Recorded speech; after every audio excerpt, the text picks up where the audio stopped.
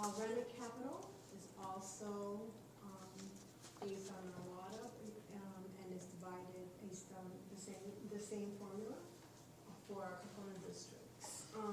CTE is a 5-year average.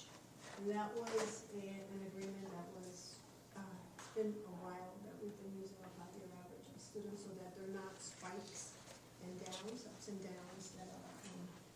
Instructional programs are all based on intake, and I'll talk about a few of the different intake processes.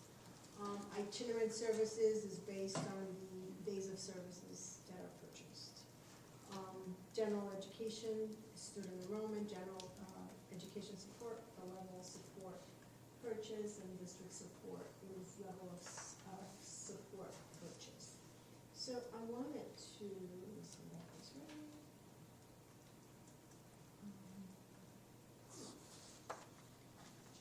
Try to point it at that.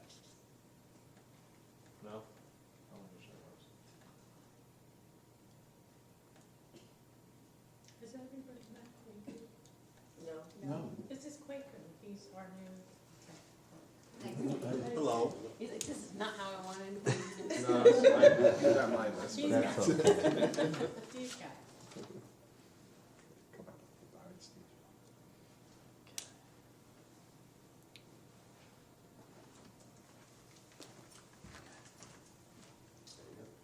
Okay, You can point it in that direction. this direction? Yes. There you go. All right, so, before I show this one, it should be, so this is the resident weighted average BOE attendance. And just wanted to share that in the Preston Free region, the numbers have been going down, the enrollment has been going down significantly. It's probably what you have seen in your district, is what we have seen in the majority of the districts in all 3 counties. A few districts maintain are pretty steady. Troy, Lansingburg, Rensselaer, and North Greenwich. But the majority are going down. If you look at this from 2013, we were close to 35,000 students, and we're down to 29. So it's significant. Now, you asked about some of the enrollments, and the CTE enrollment is good news. The numbers have been going up. Now, that, I believe, has to do with, you have probably heard a different narrative around career and technical education and the trades. I believe the narrative has changed at the state level, at the national level. There are more people interested in trades, and that is, we see it in our region, which is really good because students, not every student wants to go to get a college degree. And right now, a lot of jobs don't require college degrees.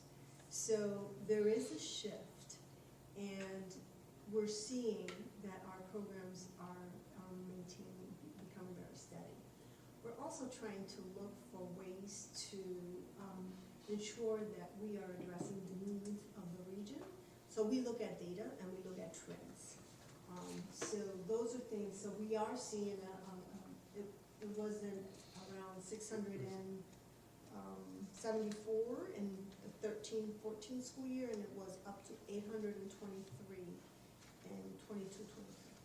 So significant change. In terms of this, too fast. Here we go. Special education enrollment, we too have seen an increase. We ended last year with 317 students, which is the highest that we have ever served. Right now, we are at 327 to begin the new school year. So we are seeing an increase in numbers. That is also reflected at the national level. I read a research report recently that numbers of students with special needs have doubled since, so the numbers have grown. And I know that there have been more behavior issues. We've seen that, again, it's not only in our region, it's a national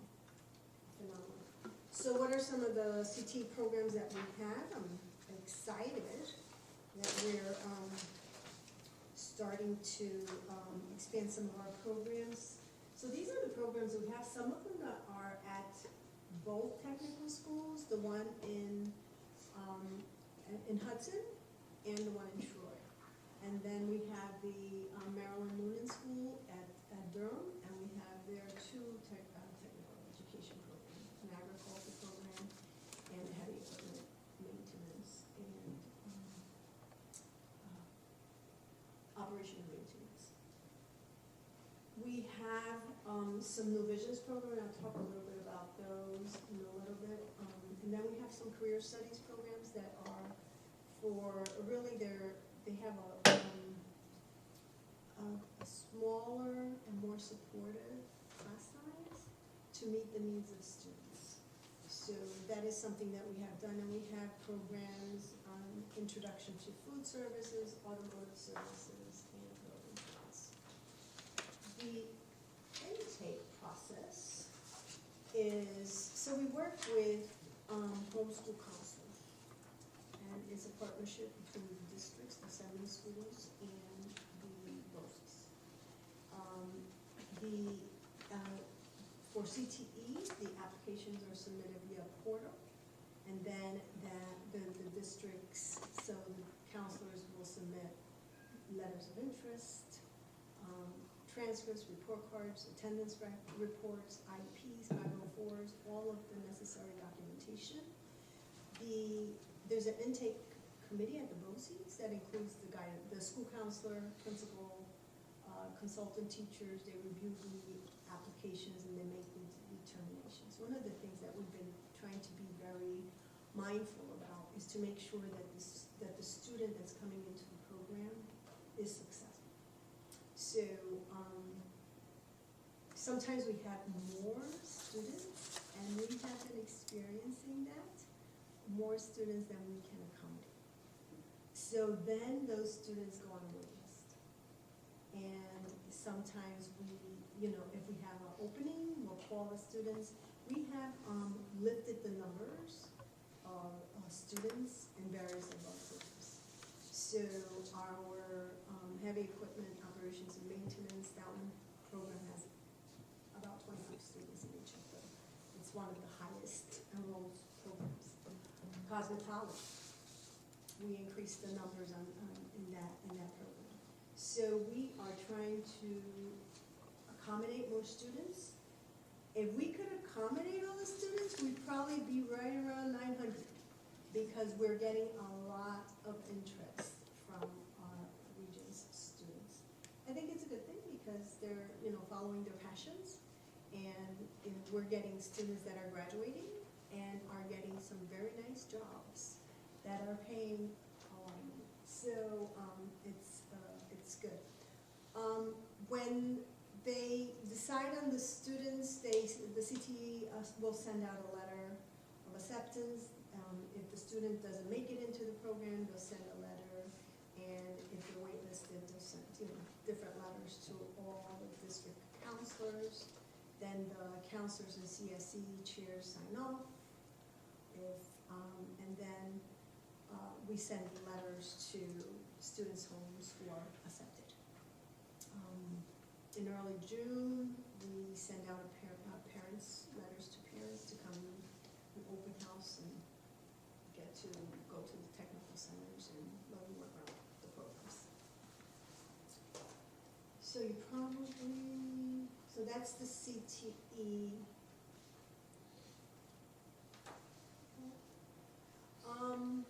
So you probably have heard about the STEM High School. That's a partnership. It's a really nice partnership with Hudson Valley Community College. And it has a lot of advantages.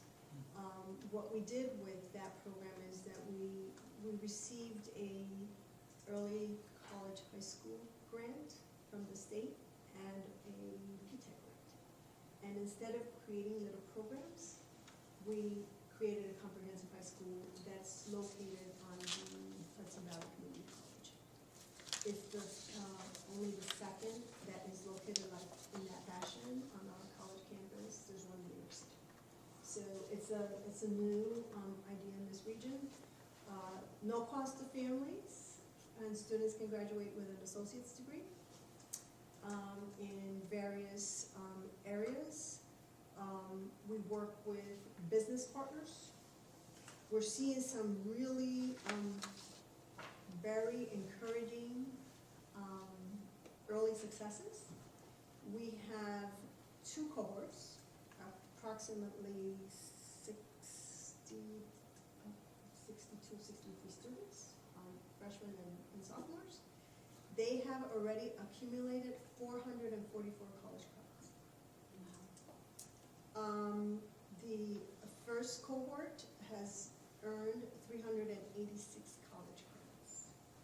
So we have students that have over 15 college credits earned by the end of 10th grade. There is one student that already has 45 college credits. And we give students opportunities to take very intensive 1-week courses. They take courses with college students, and we support them at the school. They're right on the college campus, which makes it different.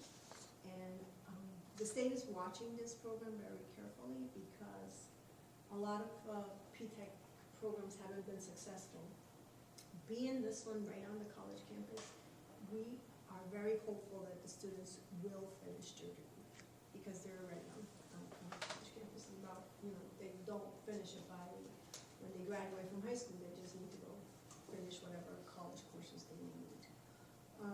Our students are on track to graduate. There's 2 strands. So there's the P-TECH strand that should graduate with the college degree, and the early college high school students that are to graduate with at least 24 college credits. All students are on track to achieve. The average, their GPA is in the mid-80s, and 100% of the students are on track to earn their high school diploma on time.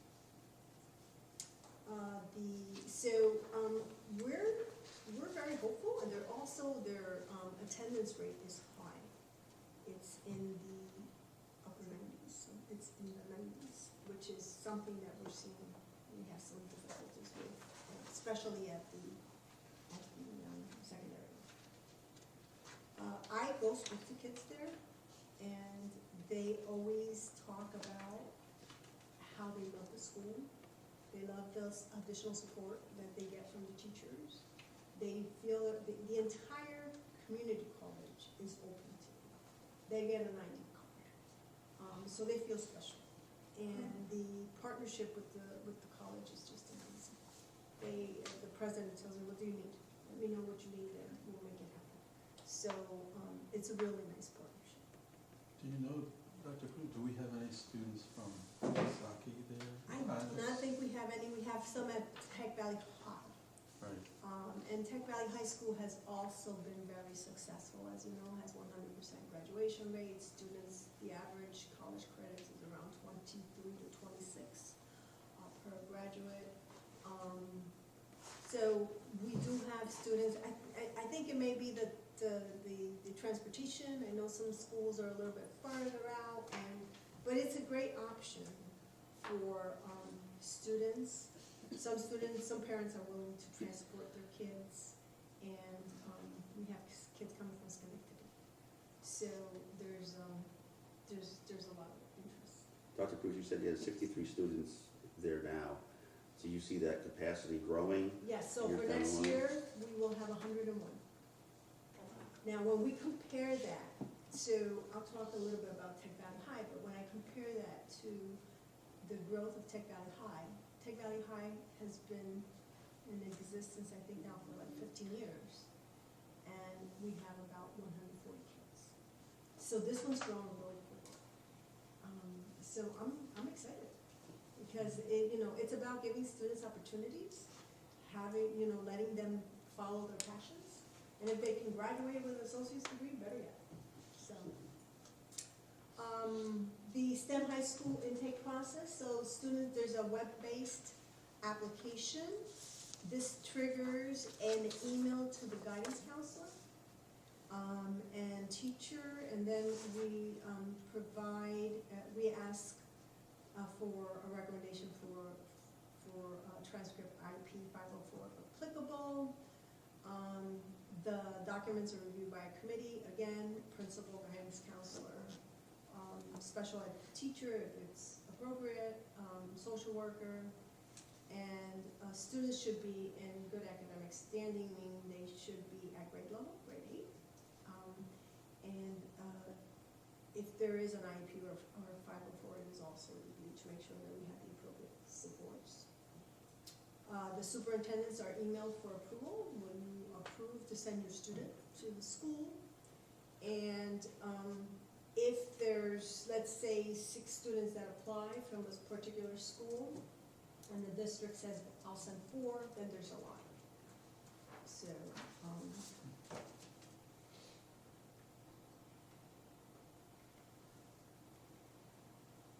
it went too far.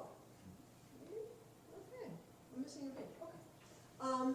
New Visions, here I wanna stress, these programs are highly reputable in this region, in this BOCES. And we've been very successful with these programs. I am super excited that we are going to launch the Business Finance and Accounting program at the Columbia Green Community College. That was something that, in the fall last year, there was a panel. They asked me to speak at the panel, and I spoke to the president. I said, this is the only college that we don't have a program on. And she said, well, we need to change that. I said, I have an idea, because there's a big need for business finance folks. You probably know. Mm-hmm. So we talked to them about creating this program. These programs are really to, those students who are pretty much done at the high school, they've gotten all the credits. This is a really good program to challenge them. They take college credits. They do some amazing projects. It prepares them. Most of the students in these programs are college bound. So we have the Visual and Performing Arts program at the Art Center in Troy. The Science, Technology, Engineering, and Math program is at RPI. The medical program is a partnership with the Samaritan Hospital in Troy. The Scientific Research on World Languages is housed at SUNY East. Pathways in Education is housed in the new education building in the main campus, the main SUNY campus in Albany. And the Emergency Preparedness, Informatics, Cyber, and Homeland Security, EPIC, is housed at their ETech building. It's an amazing building that it has all of the bells and whistles we can think of. The superintendents from the region, we had a meeting there and we had a nice tour, and it's great that our students have access to those resources, so they get to, in all of these places, they really get to hear professors from the colleges. The students that are at RPI get RPI college credits. So these are really good, challenging programs for that senior who's pretty much done and needs a challenge. Do we share this with like Capital Region BOCES or So other? they send students to our programs. Okay, We have students in these new business programs all the way from Shenandoah. so these are Questar programs These are that Questar other, programs. They're both who BOCES send are students to these programs, yes. And we have like, I didn't talk about this when we went over the CTE programs, but we have like one of the 2, I think there's 2 or 3 aviation. We have the aviation program in Hudson. And that program is, you can get an FAA license graduating from high school. Is there a pilot, Reverend Friday? Yeah. Lorenzo Pilot, the Lorenzo Cruz. So we had, so those programs, I mean, it's pretty cool. Yeah. Yeah, the timeline graduation. Oh, yeah. But he flew over as we were leaving. So, it's just, they're great ideas.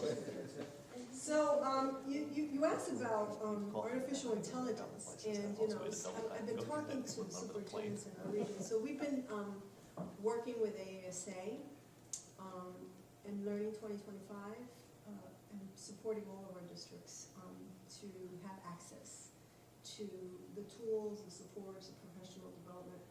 And I really am interested in having the entire region kind of focus on AI and how we can learn more of how to integrate AI, but from practitioners. So, have teachers who are using it in other states come and share with our teachers what they're doing and how they're using it and how administrators may be using it.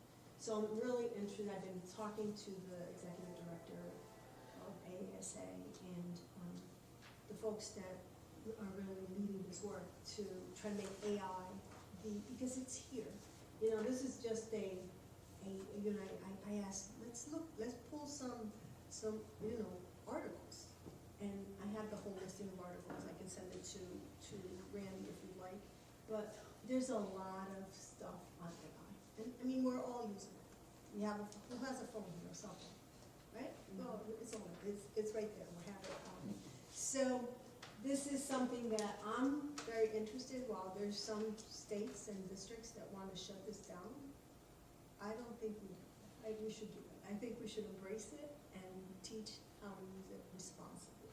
If you ask ChatGPT to write an essay, make sure you check the references, right? See they're real because they come up with some pretty creative. They create some references for you that don't exist. So we need to teach kids that, but then we need to teach them to say that they use ChatGPT, right? And they edited it. So so I think there's ways to make it helpful, useful. It's here to stay. No reason to run away. You also asked about DEI. DEI. This is an area that's very. It's hard to get diverse candidates in our systems. We have one of our board goals is to build that diverse pipeline. So some things to consider is that we need to be intentional when we advertise. We need to keep data. So where are we? And as individuals apply for positions, let's keep that data and see if we grow. Let's set a goal and then measure it over time and see if there are people that are diverse that are actually applying. We're big on training the interview committees on biases because everybody has biases, right? So we're big on that. And once we hire diverse candidates, it's very important to have a really robust onboarding program and support those candidates. In the BOCES, I have seen a lot of diverse candidates. And it really is painful because it's hard to get them. And then, and we try to, so I mentor a lot of diverse candidates, staff in our BOCES. And I'll sit with them and have walks with them. I have walks and talks. So those things to try to, but it's hard. So this is something that, and I think this has to go back. We need to get more, go into the schools. Like the pipeline for school. We're not going to be able to build that pipeline unless we go into the high schools. We're doing that. With the pathways of education. So we need to continue to build that. Grow your own. We've been partnered with UAlbany, and we're super excited about having, I think we have now 3 cohorts that have gone through a program that we created and built around the needs of based on our learners, with UAlbany, and it's called Pathways in Education. It's a 3-course series on education. They can use those, TAs can use those credits to get their teaching assistant certification, and CT teachers can get their certification. It's working beautiful, and we have had a couple of TAs that have been able to get certified, which is exciting. So and that's a way that we can try to build some of this, grow your own. Student mental health, so this is another topic that is high on everyone's mind. The Surgeon General put out some recommendations. The American Academy of Pediatrics just put out tips for the return to school. It's about strengthening your school cultures, expanding social emotional learning programs, recognizing the signs of trauma. So we have done a program, I think I even have, mental health first aid. We've been doing that for years. And it's just so that teachers, educators can recognize those signs. Providing mental health support. I know that we do work with your district, with the community school culture, to support some of those so that some of the supports are aidable. We have a regional task force with 3 counties, and we bring providers in. And it has a couple of purposes. One of them is to make sure that everybody's on the same page and knows what's happening in the counties. Because sometimes we don't know. Because things change, people leave, people come, new grants, all of that. And so that has been very helpful.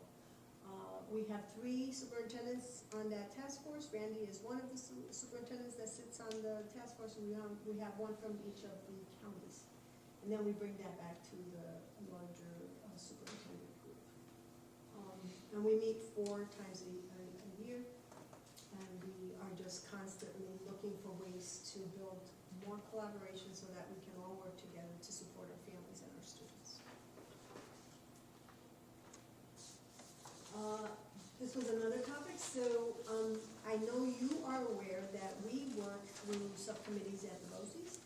So we have an academic subcommittee, we have a professional learning and leadership subcommittee, we have a district services subcommittee, and we have a business partnerships. And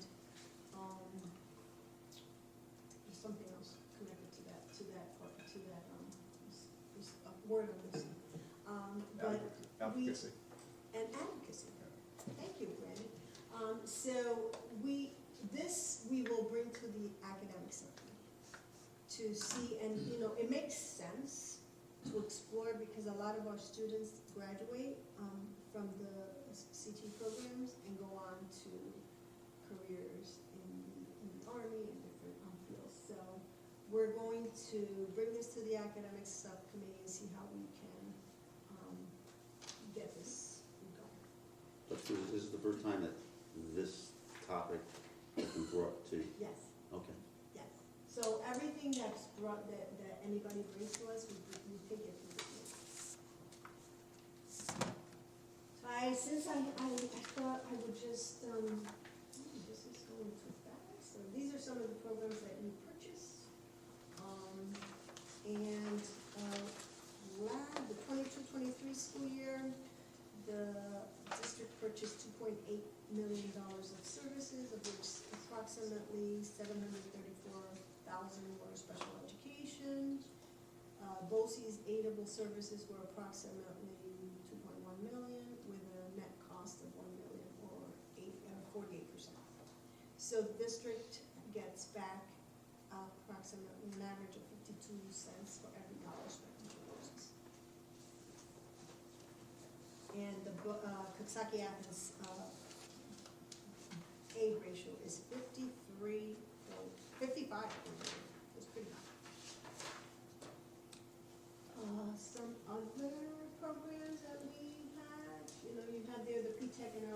High School, that's the STEM high school that we mentioned. We have students there and we don't from Coxsackie-Athens.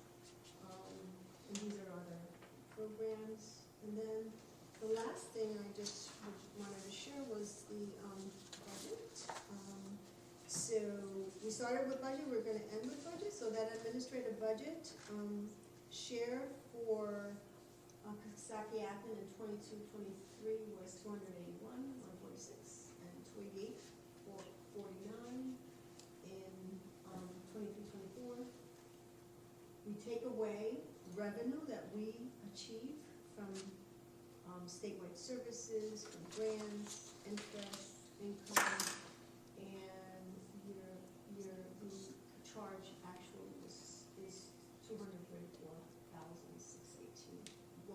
for this year. And that is all I have. I hope I answered your questions. If you have any additional questions, I'll be happy to answer them. I will not make up any answers. So I will go back and if you have any questions that I don't have a response to. I did pick up this because, with the mental health questions, like this, next week, there's a session on practical ways to implement SEL in the classroom. So we're bringing educators from across the board. So we're trying to make sure that we address the needs that we're all seeing in our systems. Dr. Cruz, if we were to send or enroll students into the Hudson Valley STEM program, high school, would the district lose any financial funding in any sort of way? No, everything's able. And of the programs that you listed that there may be a waiting list, is the two that have the most waiting list, are they what were they again? So the waiting list is cosmetology, and I believe criminal justice.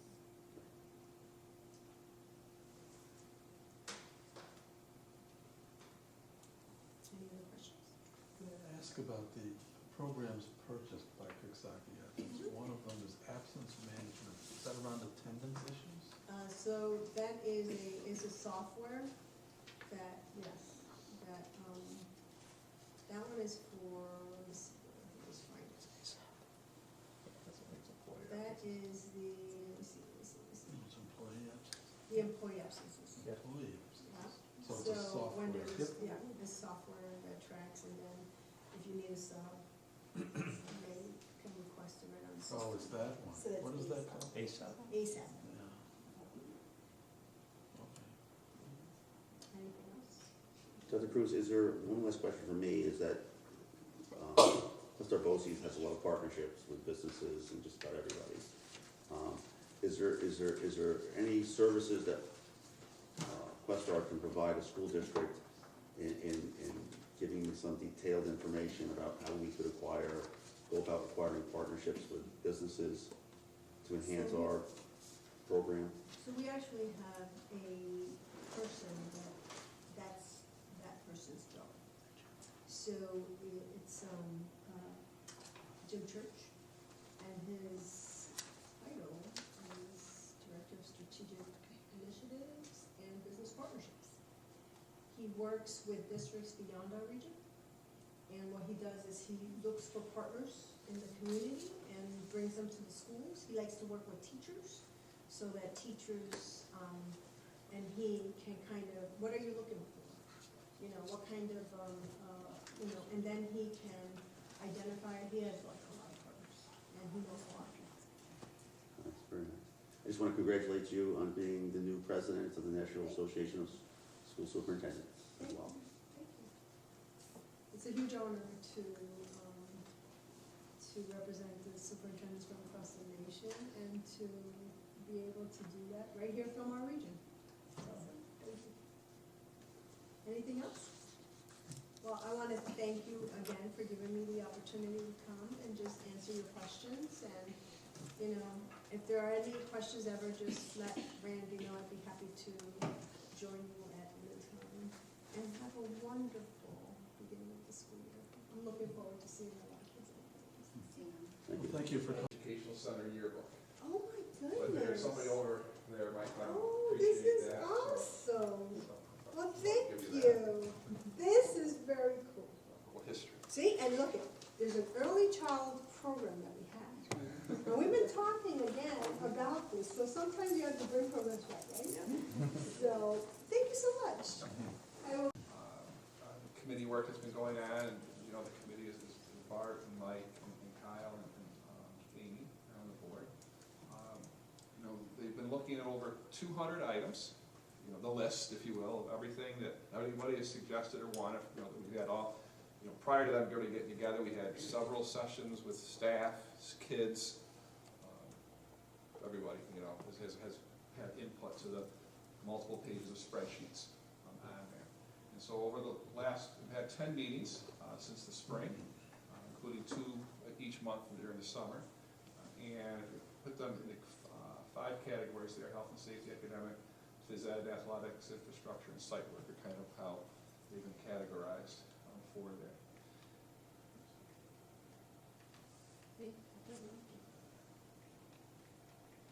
That's some simple examples. There we go. And so just to give you an idea of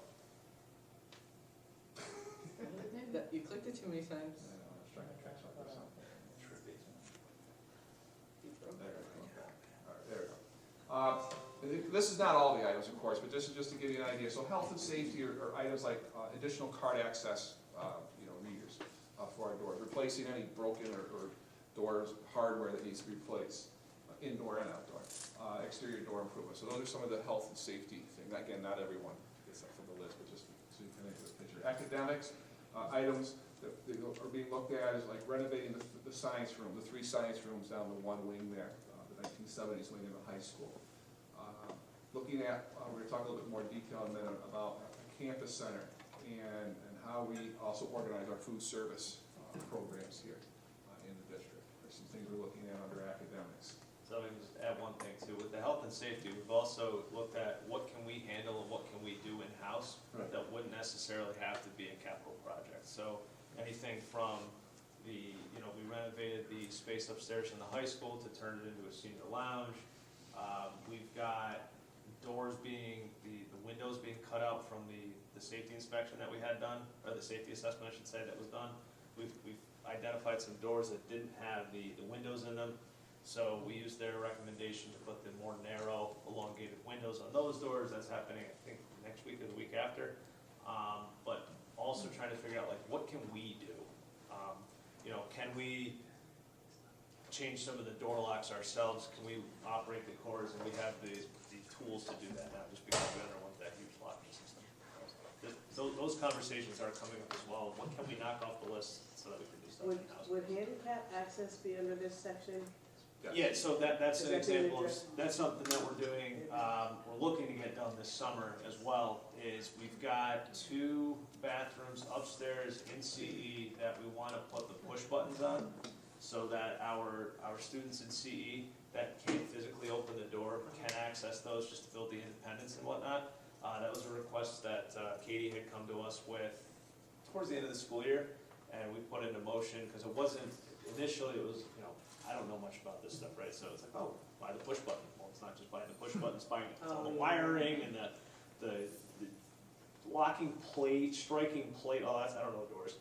And it got a lot more involved than we had thought, so a $78 part turned into a multi-$1,000 installation, but learning that But process. you have handicapped Right. kids over there, yeah. So we do have a plan in place similar to what we've been doing with the floors. That's similar to the room over there. As the kids move and as time becomes something that we can take advantage of and that we can get these people on the schedule, we'll get them up here and get it done.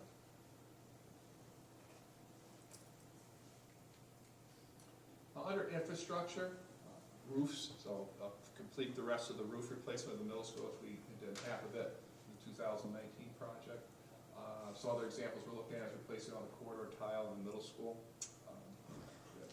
Building whole wax after they look beautiful now, you know, great job. But custodians extremely frustrated because by the middle of October they look like they never touched them, you know. That's just moisture issues that have been problematic since they built the building. replace that. Same with some of the classrooms on this first floor as well, the art room, and home and careers have the same issues, just a different type of tile. Sanitary systems and piping, again, these maybe not are the sexy things, if you will, in a capital project, but things have to work, since we talk about sanitary piping, so, and it's, some of our systems are older than everybody in this room, you know, kind of thing. So, so those types of things we're looking at, elevator improvements, air conditioning, and we're looking at, you know, do we do everything? Do we do the second floors only, you know, south facing, et cetera? Because it's expensive to put air conditioning in existing spaces in schools. Provide, you know, ducted exhaust for classrooms and things like that. Site works, just again, and that's not everything for infrastructure, that's just some of the, just give you a flavor of that. Site work, pavement improvements, the drive and the back parking lot on this campus is one example. Sidewalk replacements, the path that goes from the elementary school out to Washington, a lot of kids use. Stormwater management improvements, making sure the water's getting away from our buildings, you know, on both campuses as well. Are some things we're looking at as far as site work goes. So this is not all of it. Oh, No, not even close. Like that. We have 200 items, I just wanted to give you, just so you Can have. I ask, is apartment 254 on that list? Yep. Because that's pretty, We'll talk about that. I asked before, a few weeks, well, I don't know, a couple meetings ago when we went up to see it, and nobody could give me an answer, so I didn't know if that was on the list or not. It's on the list of 200 things we've looked at. I'm not saying it's like item number one on what we're doing, or what, you know, what we're going to say to everybody, yes, this is what we're doing. It's on the list of things that we've talked about at our meetings. To take into consideration to do Yeah. this phase. It was brought up, like, it was one of the 200 items that we went through. Okay, so Where it falls in the priority list, I can't give you an answer, because Okay. we don't have a priority list. The topics that you're seeing are the ones that just keep coming up over and over and over again, Okay, right? And I can tell you, Agree with it'll that? get significant attention. Yes. because that's Yeah. a good program. And it's kind of, when I went back in there, and so what we all did, it needs work, and it might be a matter of safety as well.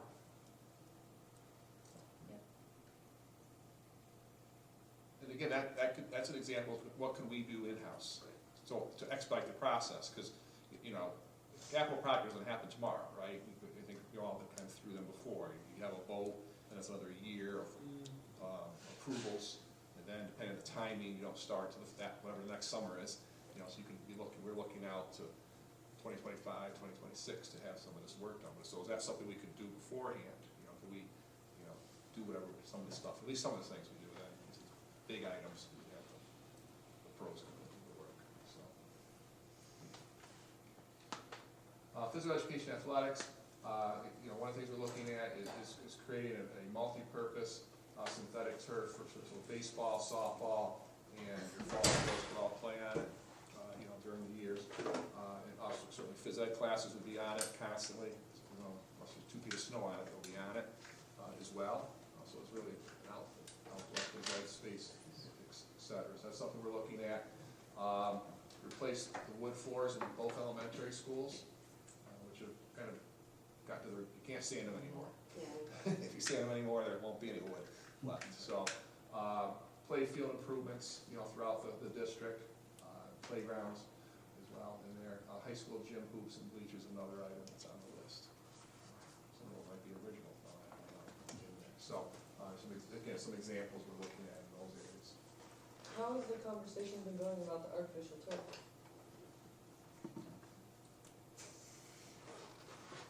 I mean, I saw the picture, but Right. that wasn't the, So, the facilities has had conversations, and that's why we're coming to you now. And I'm now still hearing about the football field that could have been, and it's not a football field. no. And But like being in the schools, like I know just parents walk around and I'm always here for PTO stuff, they're like, when is the cafeteria at CE and EJA gonna get redone? When is, you know, both of the kitchens in both buildings are just, they're not great spaces for the little kids anymore. You know, they're concerned about what's getting done in the elementary buildings as well, and not just, are we upgrading the sports for the kids again versus the other, because Right, you know, yeah. we just did high school buildings, we did the drama, and we did the band, and we did those things. So now if we're looking at doing science buildings and, but what in the other buildings are we, you know, and I don't know, because I'm not on the committee, so that's why I'm asking, but like, So right now, big items that are being considered at the elementary level are kitchens in cafeterias, you know, kitchens especially, you know, just, I mean, and again, that may not necessarily a, you know, but we obviously have the kitchens that have pipes that work and equipment, you know, the equipment's fairly new, the standard The equipment. equipment, the But bones. the of the- ventilation and this water and waste pipes all need to. We well, just, even the bathrooms. like, I don't know, yesterday, are- Melissa from CS Arch and I, we did a trip down to EJ, I looked at the kitchen, the cafeteria down there, like, the bones of our kitchen are old, right? We've got, Original. they're original, we've got fancy new serving stations that we just bought this year, sitting in prehistoric looking kitchens, and that's what we're looking to address Yeah. when we went and looked at these things, is what specifically about the bones needs to be fixed, the plumbing, the electrical, the flooring is probably the big one. The compressors on the coolers are older than I am. Like, they need to be updated, kind of thing. Well, the new compressors will break down much faster.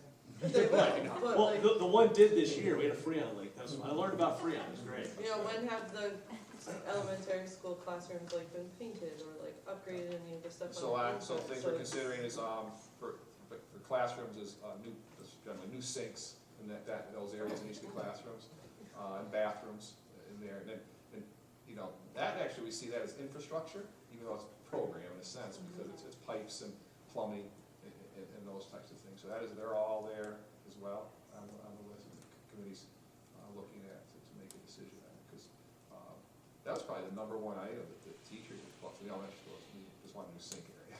Oh, yeah, most of them Because they're all, don't work. yeah, where there's they're- rotted out, sit there and watch Generally it speaking, if and they then work. they stink and. so.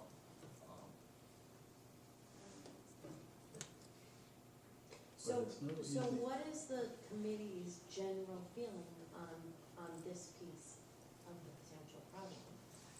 You know, we haven't learned these things, I've been hearing for years the problems on our, I mean, I've experienced the problems on our fields, with muddy fields, you can't even mow it because it's, so how are you feeling about this? I think the committee is looking favorably of putting this as a major item as part of a building project Yeah? at this point. But it's not up to the committee, it's eventually gonna come up to us here, the whole Right, but board. the committee has been educated on this, so is That's the correct. committee feeling positive toward moving in this direction? And the layout and stuff, you like. We're, at the stage we're at now, we're feeling positive, but we're getting a lot more information. We need to get further information. We have to put together the numbers with CS Arch and their professionals. What we have found out is that it's, because one question that we did ask was if we didn't do a large part of our geography in synthetic turf, could we downsize that and still fit the needs of the school district? And what we're finding is it wouldn't be cost effective to do that. So if we were gonna have synthetic turf, we're looking to expand that on our geographic footprint to do a larger area rather than a smaller footprint. And the dark green is the turf. The light green is what we're planning on for other fields that are still traditional dirt and grass. Yes, the only exception is, the seed should all be dark. I was gonna say, Softball, softball field softball, only yeah. gets partials. No, that was a, Randy and I were talking about that earlier, we couldn't figure out why just the infield was, because initially, I think we had talked about that, and then it went, like, it got presented to us, and I think correct Kirk me if keeps I'm wrong, changing his mind. but we went to a Maybe full-on Kirk thought it turf was field fun. at our, for softball, right? Come on. Kirk kept referring back to the softball coach, and I don't think she wanted her. She wanted a dirt infield and a turf outfield, if my memory serves. Or was Well, it- that's, Yeah. that makes sense, cause But that's how anyway, college- so only the dark green would be the turf. The light green is still the traditional, Grass. just So the Correct. dugout spaces would be turf. turf. It'd be, they would be updated, like the dugouts would be updated. I don't know if they're gonna have turf in them, but the green is like the updated area. and on there, we don't have it on there, maybe I'm speaking out of turn, but we're also perhaps talking about having exterior bathroom stalls out there. So that way we don't have to open up the entire, okay. That's one, Where? one. So That's where one- was that's that? one location, that's. That way we don't have to open up the whole school and have security issues. Yeah, right. Would Yes. that be open for community use, or is that still something Okay, that would okay, be? yes. Well, I'm just thinking to people that come for tennis, or, you know, Jake does his track and field late at night, and there's the soccer camp that Kurt does. There's a lot of school things that even use. It could be, that'd be a question for the policy committee, but, you know, just when we'd open that up, just people going in there damaging it, nobody's here. I mean, the damage the And then ones would in you the keep school. the track behind the tennis courts, because the tennis courts The stay? what, the what, sorry? The tennis courts stay, I assume, Yeah. yeah, and the track would be behind. Yeah. We have not a whole lot of interest in, I don't wanna say we can't, cause we can. Yeah. But to do anything with the track / stadium field area would not go over too well, because we still owe money on it. Yeah.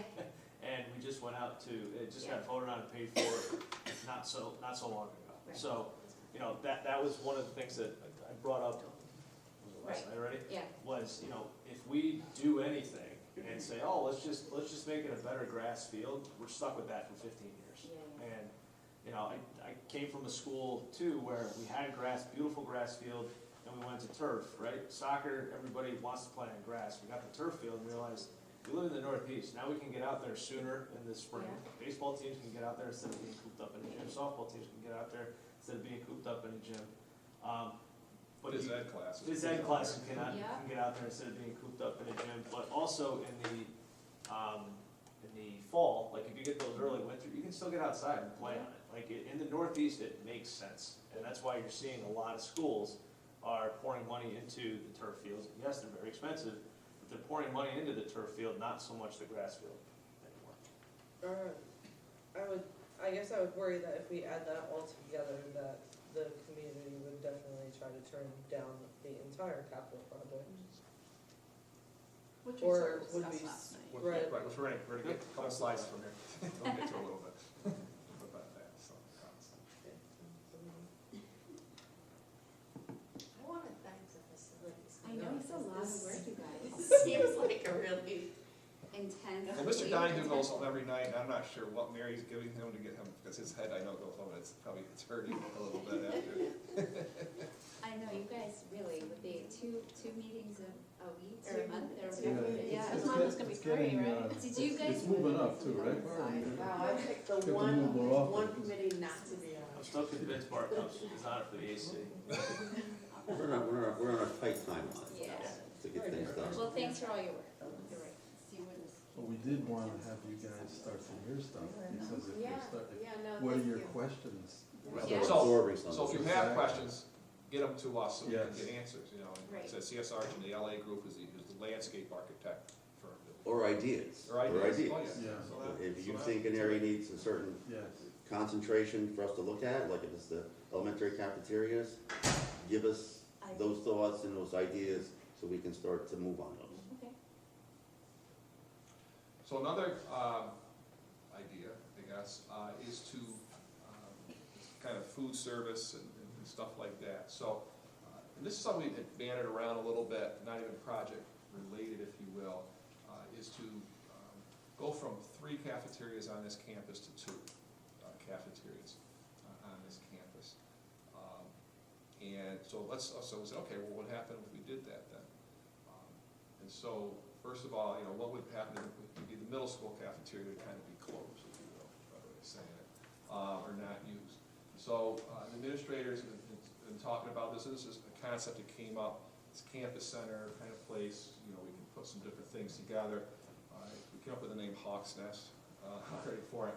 And so the idea would be that it's kind of a couple-step process here. We take the fitness center, all the equipment in the fitness center, and move it over to the middle school gym, because we have an exterior door to it. So that would then allow the community's use of the fitness center. You're taking over the middle school Cafeteria. gym? Middle school Did I cafeteria. say You said did I say gym. gym? You said gym. Sorry. You're taking the good gym and turning it into. Sorry, you can have that one. That's not mine. We have a correction there, right? Okay, all right. So, Go on, so Kurt. I'm sorry, say that again. Yeah. So middle school cafeteria, one of the things we're thinking, you know, it wouldn't be used anymore. And we'll get to where those kids would go to eat in a minute. So what's gonna happen in the middle school cafeteria? We would take all the equipment in the fitness room and move it there, and that would become the fitness center. It would allow, easier access for the public to get in and out, so we wouldn't have to go through the building in the morning or after school. But also, because it's a big space, or a bigger space than the gym, the small gym, we also talked about making it an open collaborative space where kids could go in the middle school and high school to work in small groups, things like that. Because these are just ideas at this point, the place where the vending machines would be. We put a thrift store down there. We had so the clothes closet would go down there as part of a thrift store. So kids could access all those items that they do now in the different buildings, the clothes, the healthcare items, those types of things. Career center, like a meeting space, and have some of our therapists and counselors there as well. We have space for them to be with kids in there. So kind of a multi-use space for kids and adults really to be together. Kind of another social hub, if you will, in the building. So that's kind of the conceptual, again, first stab at how we could use that space for it. But the big thing would be the fitness would be there, and continue to operate as a phys ed station, continue to operate as a community resource. Community can use it as well for them. The small gym would just be a multi-use space. So PE classes, of course, would continue to use it. The fall could use it. Fall sports could then use it as an indoor place to do calisthenics, plyometrics, film room. Just lots of different uses they could use for. In the winter, the wrestling and cheer teams could use it. It would be matted for the entire winter season. So the wrestling team wouldn't have to roll up the mats, put down the mats. That's part of their workout, now come on. But it's all, that's it. Hour a day. I'm just kidding. I really, That's the reason why you want to finish. I have to say, Ryan just said, there's a list of 200 things, Oh, yeah. and these two made the slide.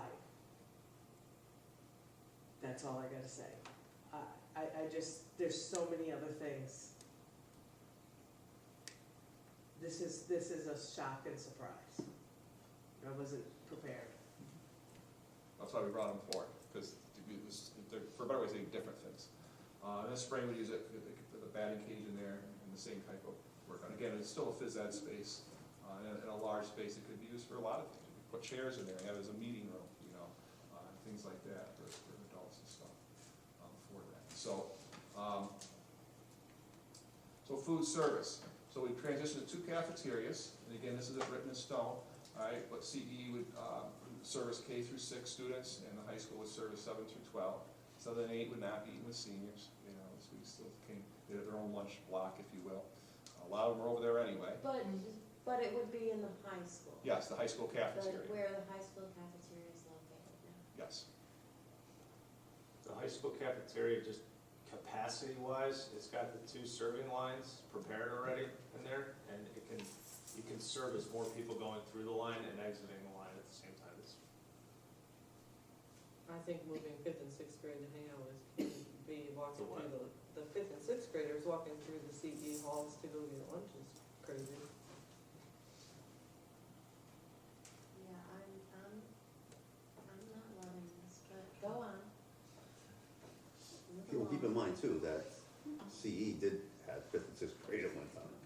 Yeah. They probably mostly Oh, sit yes. here where 6th graders in the building, right? Right, they had 5th and 6th, Right. and that's where their home was.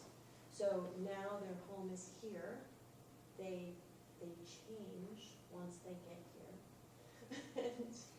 And then they're traveling through that elementary building. And on top of that, I also have significant concern for the 7th and 8th graders.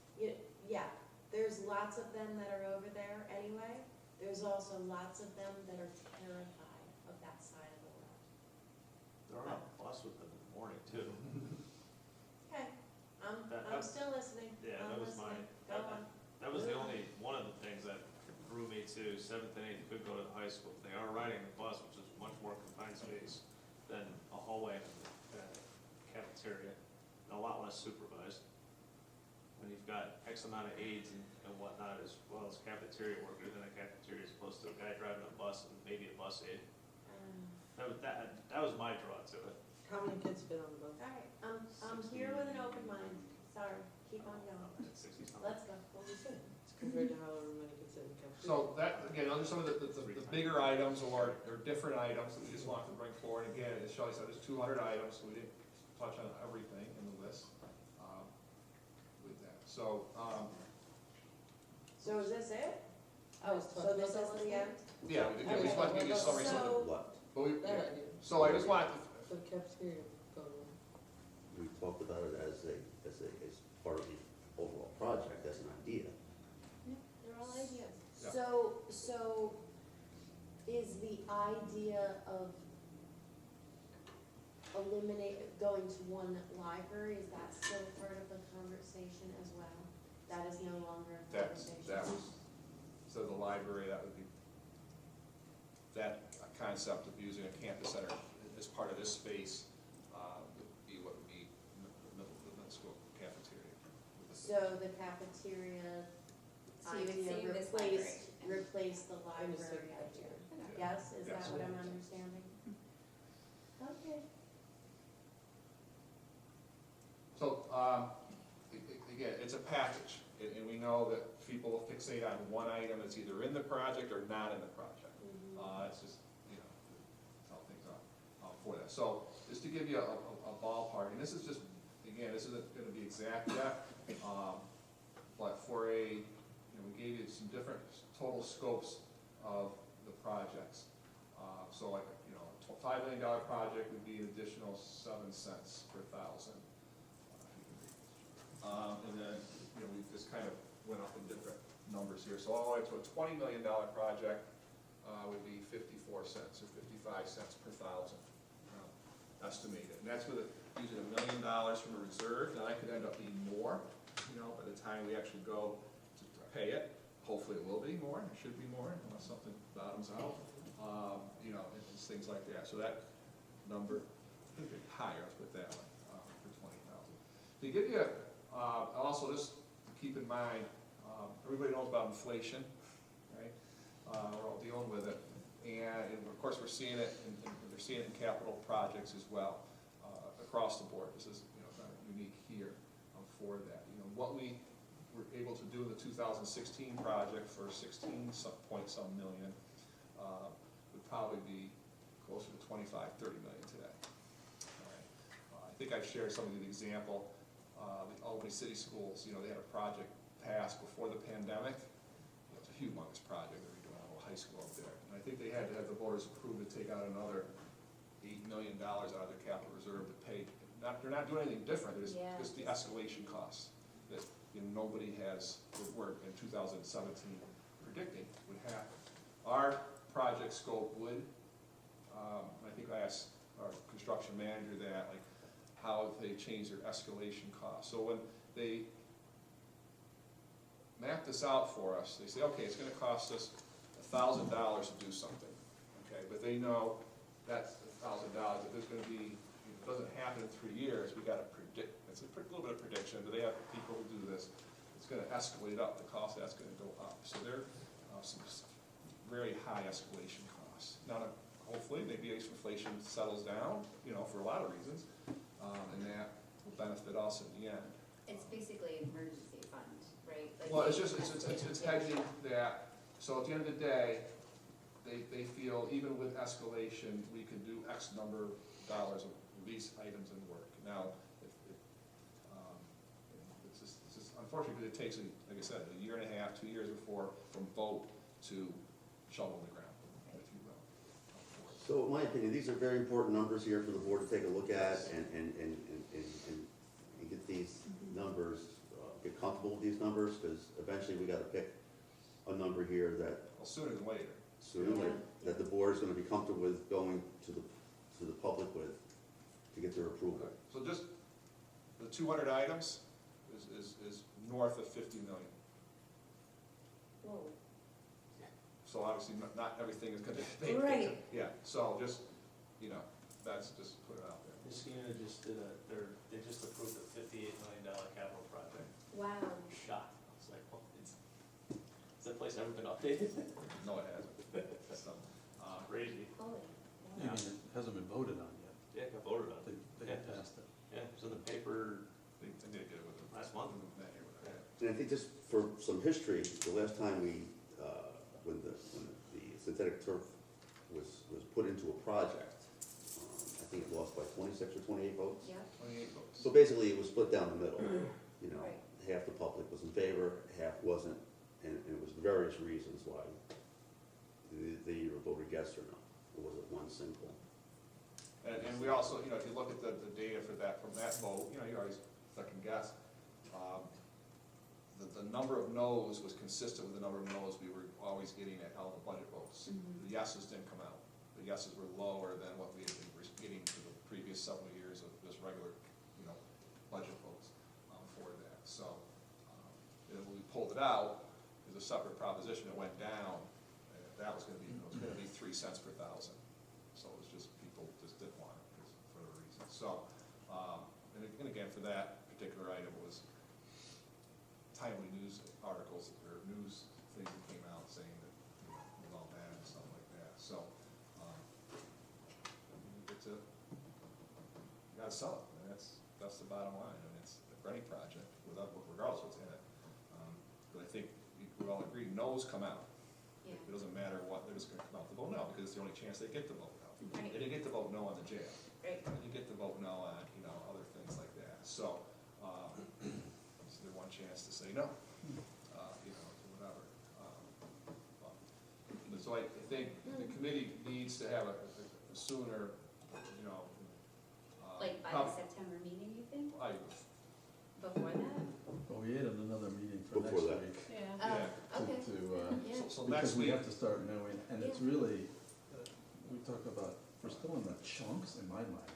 And I think each of us is trying to figure out which is the best way to go. Right. And Well, there's pros and cons to Yeah. all of it, right? Yeah. So it's just choosing which pros Yeah. and which cons. right now, the timeline would be for the board to vote on the resolution at the October meeting.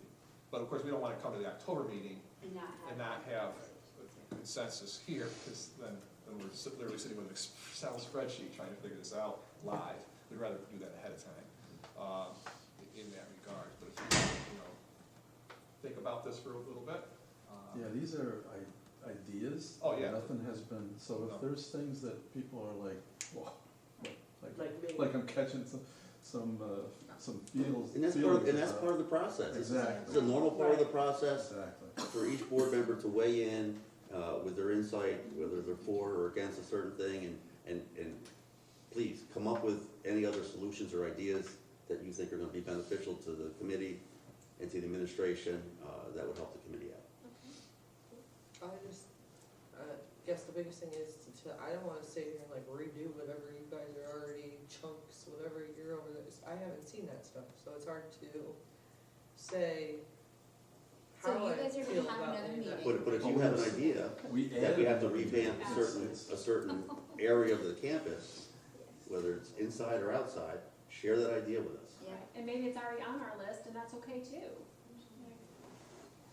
I Yeah, just well, think it listen, should we be. know it's a lot, and we know it's a lot to sit. That's what I'm saying, so for me to be like, oh, here's. No, but we need the ideas. Well, Right. you guys make me feel weird. No. No, I just I think- had some I comments, I just kept them to I myself, just Shelley. think the focus should be, and I have a hard time doing that. It took a lot of. I just I'm think the not focus saying- should be on education and the Yeah. kids as a whole. And education. Did I say education?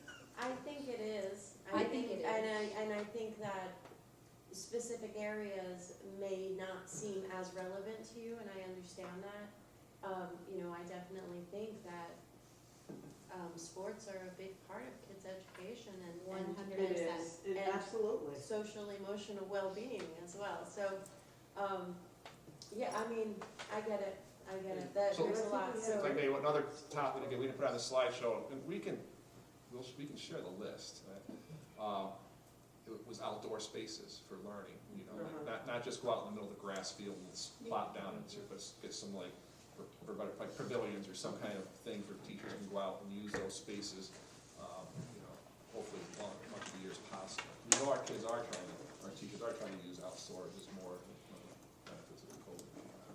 So that's on the list as well. And that's important. Ryan, correct me if I'm wrong, but if we were to go and do like a turf field or something like that, just on its own, that's not aidable, correct?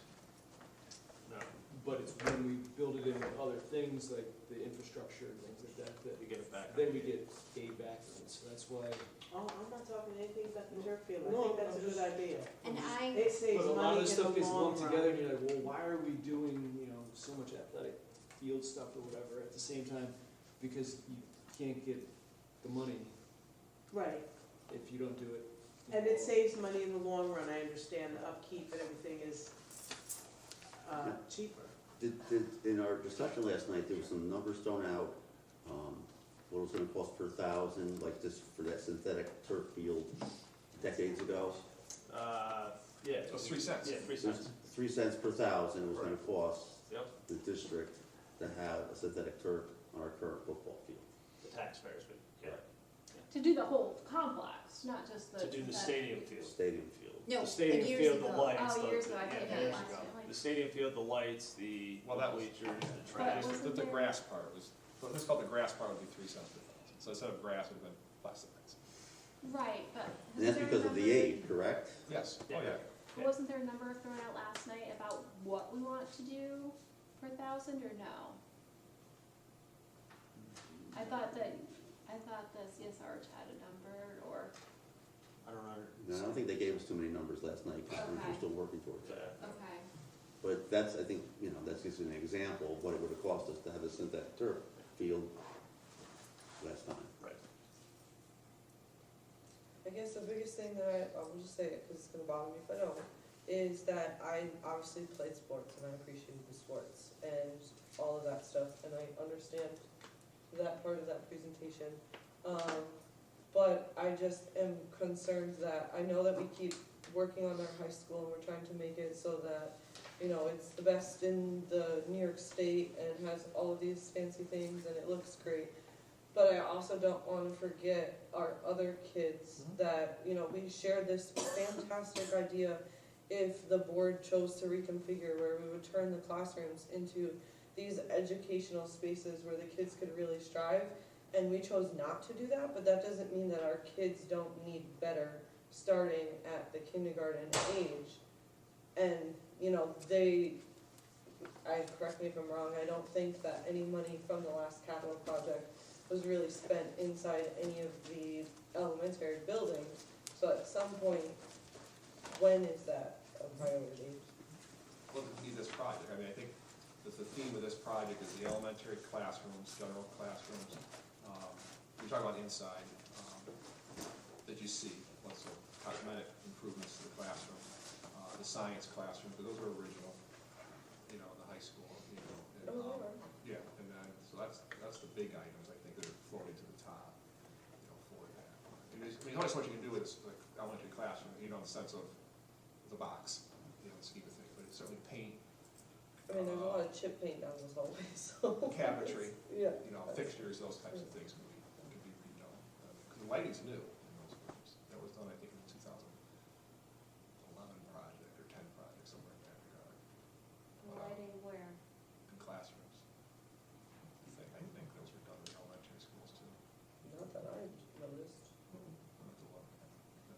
We got a hard No, no they got the shaking same old head. fluorescent ones, right? No, you got LED. You definitely have LED lights. Wow, I don't know, they look the same to me. The fixtures might be the same. The fixtures are the same. I know you have LED.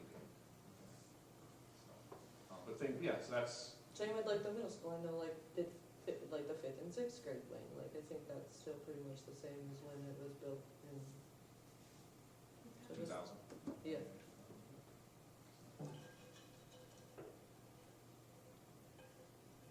Another thing that came up too was, in this discussion was possibly maybe more outdoor classroom space, Yeah.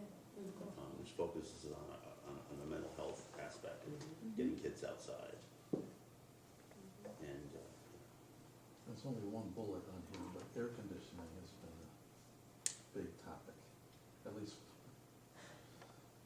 for me, for about 10 years. Well, it's because it's like brutal all the way through the second week of October, and again, You gotta keep them tough, man. Well, to put We it, didn't know that. you know, just to say, I mean, to air condition the district, like places, like obviously we have to do this space, because it's done already, 14 million, or 4.8. Yeah, see, I mean, come on, it's part of the end of the school year, it's nostalgia. But it's hard, cause like, even just like, It's just Did you the, take your regents in the gym when it was 150 degrees? the big, even the communal spaces though, So- like, Get those in big- here, you have the big libraries, box air fans conditioned, the blowing. cafeterias, When air you say 14 conditioned, million, but- that's for what space? The Oh, entire- The entire district. Right, so we're, So we're so the looking at committee's do looking the at parts of other it. options. Right, do we look at second floor only? Well, but even like, Do we the, look at- neither of the other two cafeterias Do are we air look at, conditioned. right, so that, so we do a second floor, do we look at cafeterias, you know, so spaces that, Right now, everyone tries to book out the library whenever Mr. Parks doesn't have a class, but the kids get an air conditioning break, like. So in things like order to that. keep our costs low, for this diagram over here to my left, we're looking to, you know, not do the whole school, but to look at certain areas. And we're doing that with other Can you imagine ideas as well. certain areas? So Mr. Palmer's got air conditioning up in his classroom on the second floor. But Thank God for that classroom next door and that door in the back. Put that thing up, put a fan that's in. gonna be rough. so. You can see that's a difficult, We're easily up to $40,000 now, let's just pull the Band-Aid off, I guess. 40 million. 40 million, sorry. Alright. So the committee just, you know, we need to kind of, at some point, they're gonna wanna know what's kind of this financial scope that you feel comfortable with. If you wanna know a higher So number, you let wanna us know. send out a survey? You can Oh, do that. God, You know, Another but survey. we can send you the big list, so you can just see what all the items are on there, and if you say, hey, why isn't the, you know, X on there? You know, yeah, that's This what is the we- 200 items right here. And it's all priced? No. Okay. Not really. No, just generally, we're still working on Their that. estimate's based on what they've done at other sites. So if they put a That's awesome. room X at another site, You know, they're concerned about what's getting done in Talk in Washington of lowering the threshold from 40 to 25%, hasn't happened yet, right? So we're still where we have been for the past year in that regard. So we're hopeful, and other places are hopeful.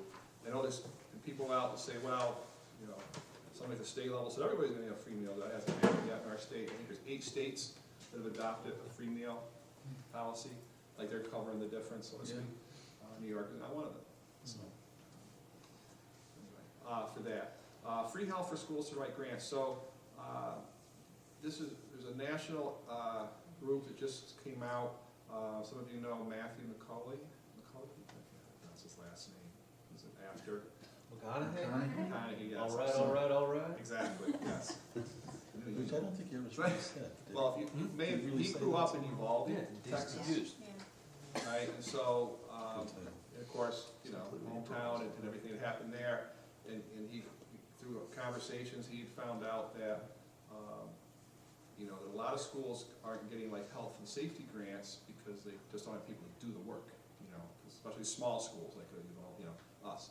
So he's out in front, if you will, and has got funding for schools to, it's through my national association, we can go, and they will provide us free help, basically, to write grants for you know, it doesn't have to be just health safety, but that's the main focus. So that's something we're looking into more, because it just started happening a couple weeks ago for that. Cybersecurity is becoming a focus of the Biden administration as well, and the federal government, and of course the state government as well.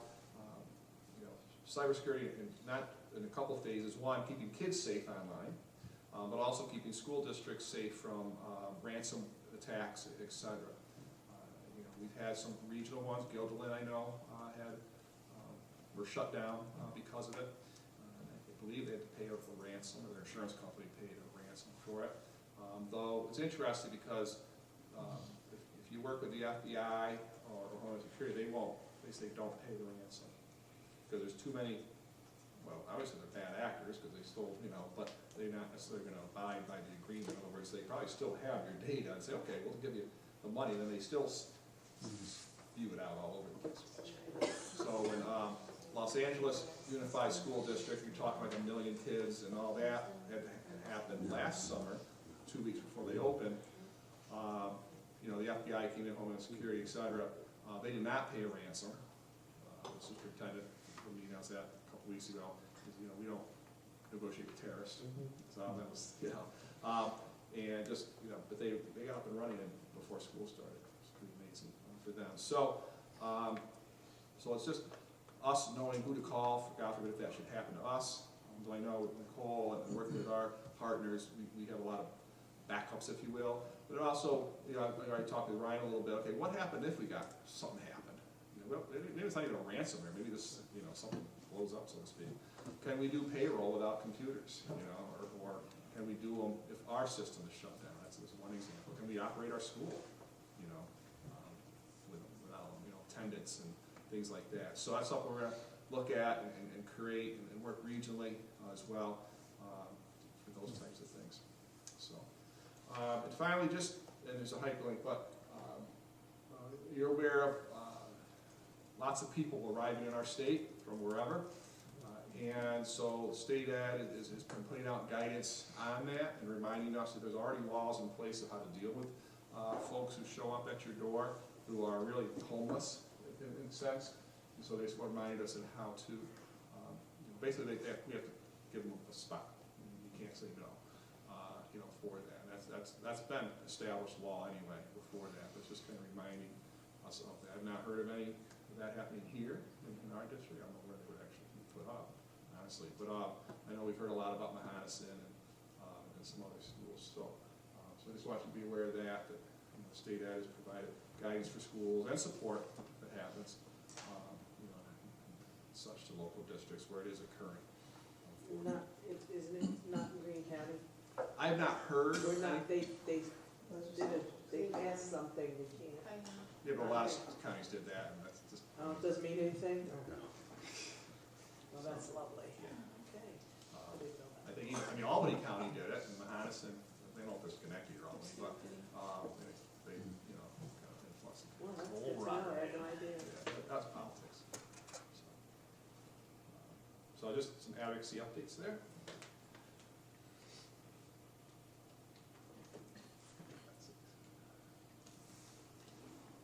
We're getting a new cooker. Yes. Yes, we are. We'll be getting a new Maybe these cooker. batteries. Tomorrow we will order Does one. it take batteries? That's what I said. Double A? There you go, thank you. No, they're usually triple A, They so both ones triple. nobody ever has. Some program updates, and these are in your weekly update. Telemedicine, counseling support. So we'd like to offer this service to our students. It'd be for students in grades, I think, 6, 12, that would have access to this. And I'm calling it telemedicine because the kid would call a number, under number, and have access to a licensed professional counselor or therapist. It would be, parents would have to sign off ahead of time to be able to access this system. It'd be open from 7 a.m. to 10 p.m., 7 days a week. The therapist would still abide by any rules or regulations that our own counselors would, as far as at risk, things like that. You know, they'd have to notify us and things like and such like that. So it's the same umbrella that we use now with Stop It, when kids can report dangerous behaviors that are going on. So it's the same system, if you will, just obviously different people doing it. So that's something we'd like to offer to our families. It doesn't cost anything, families anything to do that. It's just another way to extend support for kids who may need it. Because we do find a lot of things happen outside the school that don't happen between 8 and 3. Do we know who's offering that, Randy? Like, who's the sponsor of that? Like, what agency or entity? It's a company. A company.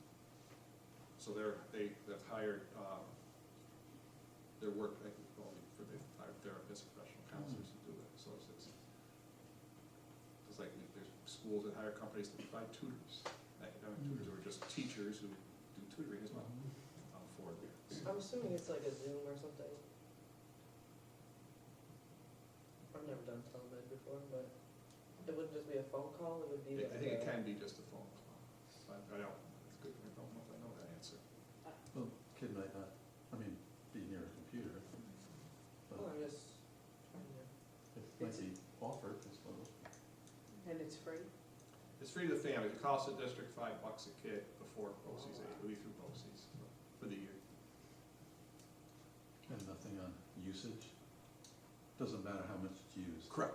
Good. So we're paying $5 a kid for the school year. Regardless. Whether they use it or not, for right, our the kids who signed population, up, For our yes. entire population. It's grades 6 through 12. So it's 5 times, I think the math, 1,200 students roughly? no, not that many.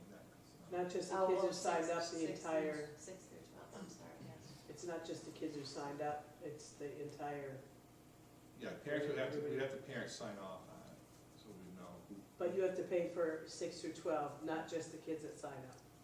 So it's like $3,500 or something. Yeah, and then with 8, so you're half of that. But, so all the student needs is a parent to sign off, and they can schedule their own sessions? The kid, Yes. they can make the call. There's different levels of, And who recommended that this company that provides the service?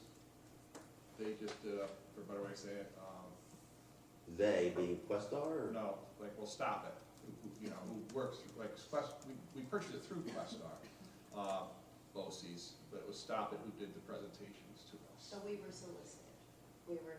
We were sold this. So Questar has vetted the company. Yes, they're gonna support it, yeah, I mean, all in the sense of, we're gonna run it through them, it's like they let it stop it, yes. So- Okay. So they're meeting all the legal obligations, the privacy obligations, and, you know, so all that stuff. And it's more of like a, not a crisis moment, more of a like counseling weekly. Yeah, and if it was a crisis moment, they are mandated reporters, so they would have to notify administration, you know, and/or, depending on what it is, you know, EMS if necessary, you know, whatever after that escalation.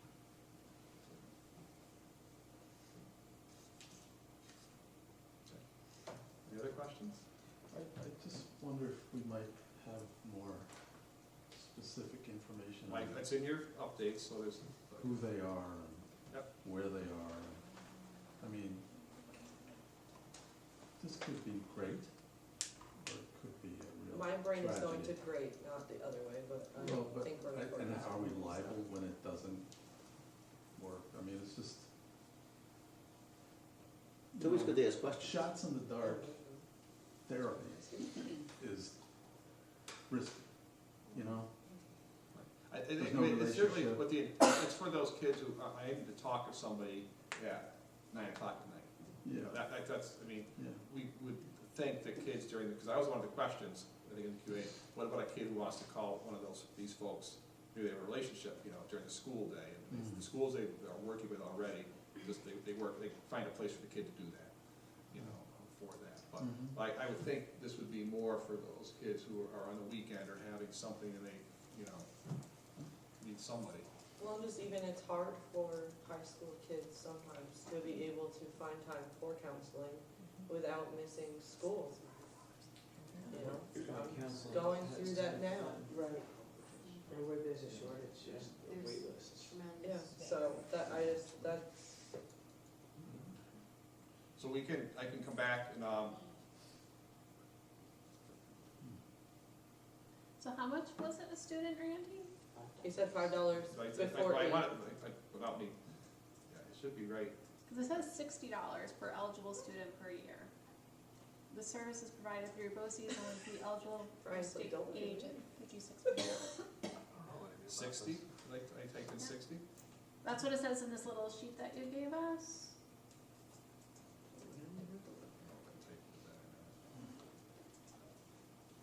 Should we be looking at the Whatever was in our updates? agenda. Yeah. The dialogue talk therapy concept action item PDF. Oh, it does say $60.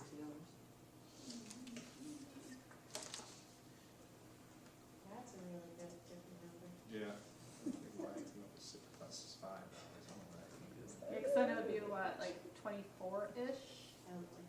Like $42,000.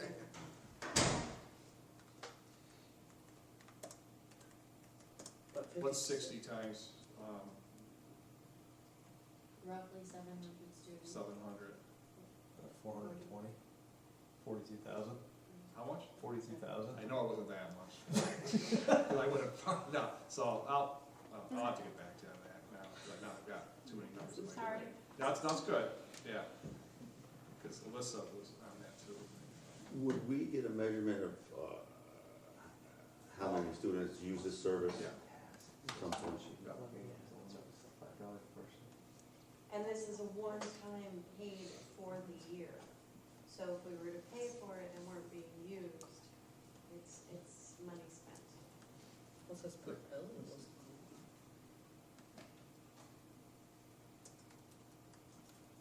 I don't have a sense, I have no sense for how often it would be used. Freya, do you have a sense for that? They probably use them. Do you?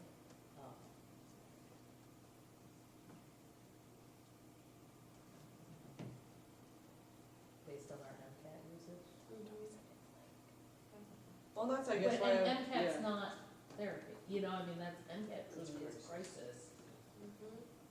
But- They're not offering therapy though, are they? What? They're not offering No. therapy. Yeah, no, These people. no, this is, I was not in the presentation. Yeah, right, But my right. understanding is this is something like, it's like telemed, like we use, I Yeah, use doctor on telemedicine. demand. You call a Yes. doctor, right. Yes. But if they're thinking they're gonna talk to the same person, it's probably not likely. I talk I mean, I talk to the same person every 2 weeks through doctor on demand, so, yeah, I think that yeah, but I don't know, I wasn't in that. Okay, but good questions Yeah. for follow-up, right?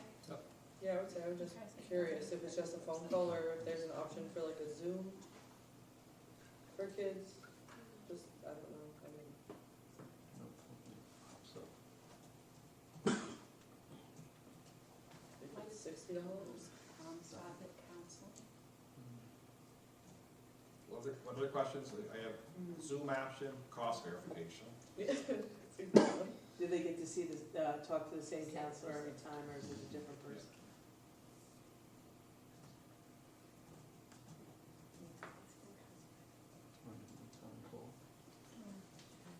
I mean, I think that'd be part of it. I think if the person's available, they'd get the same person, but. I think that helps build that relationship, because you don't wanna tell 12 people the exact same issue, It's like because then calling you're kinda just Verizon. like, well, why am I still telling this, you know? It's What? like calling Verizon. And tell Exactly, the next but guy if you're the a same kid story that really again. needs that conversation, if you have to call somebody else and now you have to tell them the whole spiel that you already get, I wouldn't call that. You have to call customer service regularly. I might have to get an emergency. Just good things to know. I will. You already bought it, I'm assuming? No. Oh, no, I'm just trying It's to. probably 56%. Go down that road, so. yeah. Look, I'll get these answers. I get think them that out. with those couple of answers, we might have a better Right. $60 That's why I per wanted to person. bring it here first before we wrote a check, so to speak. Well, state aid covers 56%, so maybe it's the remainder. That still not gets you down to $5. No, 24. Randy, That had to be a number that didn't like, you know, so, maybe it was You then. don't have the- Don't you know you're supposed to vet those monies? And I'll get that answers out, maybe even contact my niece, who that's what she does. Does she? For Well, this? she doesn't, yeah, she actually does her own business now, but she used to work for, like, talk to people online and on the phone, Mhm. therapy and stuff. Oh, there are suicide hotlines. Company she worked for used to have the NFL. Was it 988 now? She was working for the city of New York, and then Oh, she boy. worked for the same company, they had the NFL as a kind of NFL Players Association. Wow. Any other things you want me to come back on this, or let me know? Any other questions? And then teaching assistant pathway for students, so I kind of mentioned this at some point. So we're at a point where we're pretty well kind of, which is nice, we pretty much have it all in place except one class or two, so we contact it and build some of this too, of course, Columbia Green, because they have a education program, a 2-year program that's articulated with New Paltz, SUNY New Paltz program, Right, and so we would be able to teach their education 101 class here for that, and we saw in that as well, kind of what, during the junior and senior year, the kid, hopefully would take that class, and that class would certainly be what it is, Introduction to Education. And whether we integrate it into that class or have a separate one, it would also include time to help kids prep for the state teaching assistant exam and DASA and the other things that teachers have to do now, the testing for that. The goal would be that a kid could graduate from high school and have earned their level 1 teaching certification, and depending on how many credits they have, could go almost to level 2 right away. You need 9 college credits, and we know a lot of our kids are graduating with more than 9 credits, for that. So we're looking to kind of a soft rollout for this, I guess. And of course, we have to figure out who would teach the Education 101 class. So that might be, I'm not sure we can get that rolling in the fall, because kids have already got their schedule done and all that. So, but definitely, we can have to get the other things taken care of, and we can start that spring, next fall. Or we could make it a half-year course as well, and start in January. And So you that's the hire thing we're them? still working on. Then you hire them, or? Yeah, well, grow your own, and that's, seriously, yes. We're still looking, anybody wants to be a teaching assistant, too old, here, so that's, but not just that, but maybe, just like we've had, some teaching assistants that become teachers. Oh, that's good. So we're out, it's gonna happen, it's just, I can't tell you when it will all fall in place totally.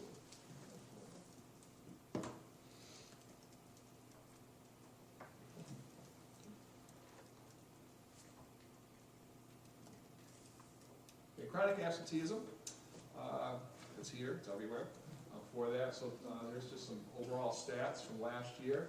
You see overall as a district, 31% of our students were absent 18 or more times during the school year. That's the measurement we use. You can kind of see at the different levels. The biggest change was the elementary schools. Elementary generally were always low single digits, and then kaboom, they shot up. And this is because this is really the first full year kind of outside the pandemic stuff that was going on. And so certainly it's an increase compared to pre-pandemic years as well.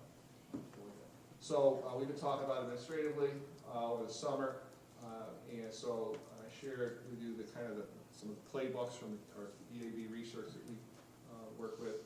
So we're going to focus on targeted outreach to parents. I think the principal will be sending out a soft letter to every student, to their parents, and every student who was chronically absent last year, offering support, assistance, how can we help to get your kid here, things like that. So that's one of the starting points. We also want to directly involve our staff, because we know, it's those relationships that get kids to school, and so how can we, make just that a focus, if you will, to try to make sure that our kids want to come, they feel wanted and don't feel that they belong, they will show up for it. So just, again, trying to use research best practices to kind of attack this a little bit, because we know kids can't learn if they're not here. Get some numbers. I think some of the buildings might even have targets to get their numbers down next year already. Now, when does the letters or communications go home? What is, like, Which letters? There's a couple so of like levels. cause I know we send letters, which if I was a parent and got that, I would probably just not even pay attention to it. Not saying you should not pay attention to it, but I feel like a lot probably do, cause it's just a letter. When do we make phone calls, I guess is the better question. Like, what number of absences do they hit? Doesn't the nurse call? I don't know, that's why I'm, is From there the a nurse, number yeah, if I forget, I'm like, oh. of absences that they hit that like makes someone call home, whether it's, I mean, I would assume. If there isn't, that would, I don't know. So Cause I mean, I'd be more likely to answer my phone from the school than read a letter that says that a kid was absent too many times, cause especially if you called me during the day, I think something was wrong with her. That's why an attendance That's how you committee get is a good idea. That's how you get them on the phone. So that, I assume that's part. That's far, I thought we. I don't wanna talked about- jump in and say, but No, that, I yeah, wasn't- that's all, you know. I was kind of looking those- at you, but I can't see you, so Yeah, that's why kind I of was those like, standard she's gotta operating know, yeah. procedures and what triggers what. Okay. You know, what triggers a phone call from the teacher, then escalate to counselor, then Okay. escalate to. So there's like different. Yes, Okay. that's, And that's, for different, like, elementary, a little different than high school. Yes. when Well, first yeah, started, yeah. when do we send the SRO? No. Yeah, well, Sometimes. Are we adding that one? Yeah. well, we haven't done it already. Have you? Alright. I go. Don't talk to my girl stuff. So, and that's, again, so, I just want, again, an update, this, you know, it's a focus, that, you know, priority, if you will, of working towards this, and looking at all options of communication and getting parents to realize and value their kids' education and being present for it. So, there's a lot, you know, for every kid, there's a different reason why they're not coming to school. It could be anxiety, it just could be indifference.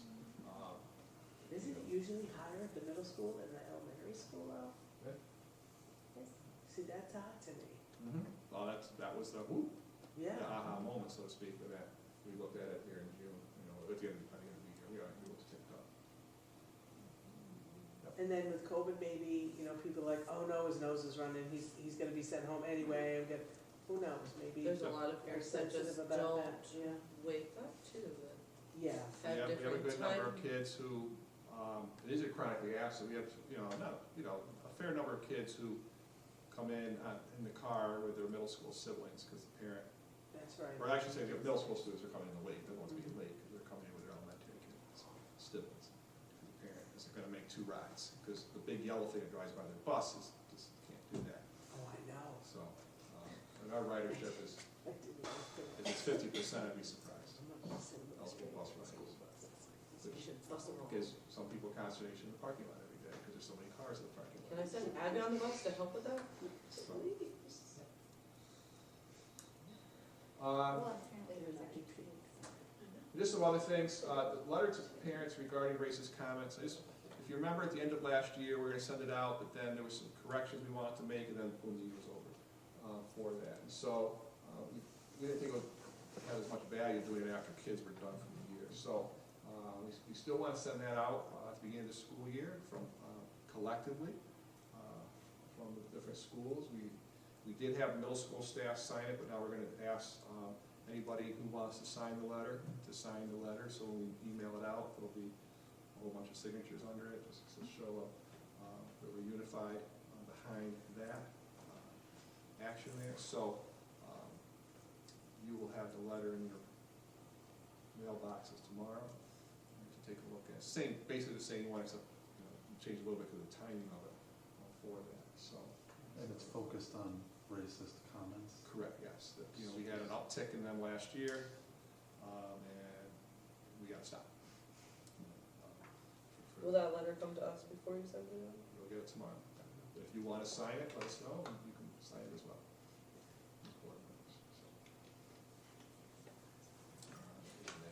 So, yeah.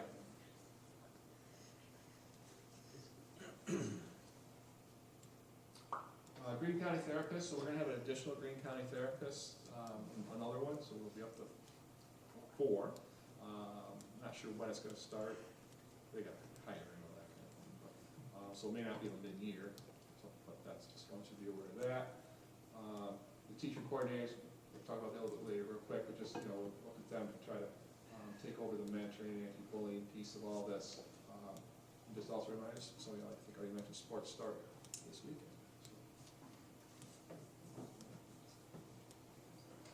Any questions?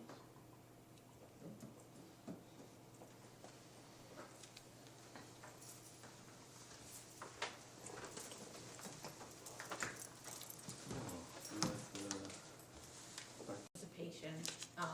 So we improved the participation this past year, so this should be the last year, but again, we get $250,000, so we don't get too upset that we're on the list for one more year, because we like money, but we should definitely be off, because we made what they termed progress, but not absolute progress, because every student who doesn't take it underneath that 95% threshold counts against you, and we had about back in 1819, which was the data that they used, we had about 25% of our students opted out that year, so. Opted out of what again? The state tests, the 3 through 8 state tests. So which really hit, it's more the opting out is happening at the middle school, so that's why the elementary school doesn't really have a problem with the participation rate. They have fairly small opt-outs. The middle school had a substantial number that year. This year, I wanna say we had 8%, 5%. It was not, I don't remember off the top. It was nice and low, so it should, It was very low. it shouldn't impact and we should be good. So, in being on the list, besides the money that we get, we have to develop the SEP plan. So Freya went about gathering a lovely committee of people willing to work over the summer, which is always appreciated.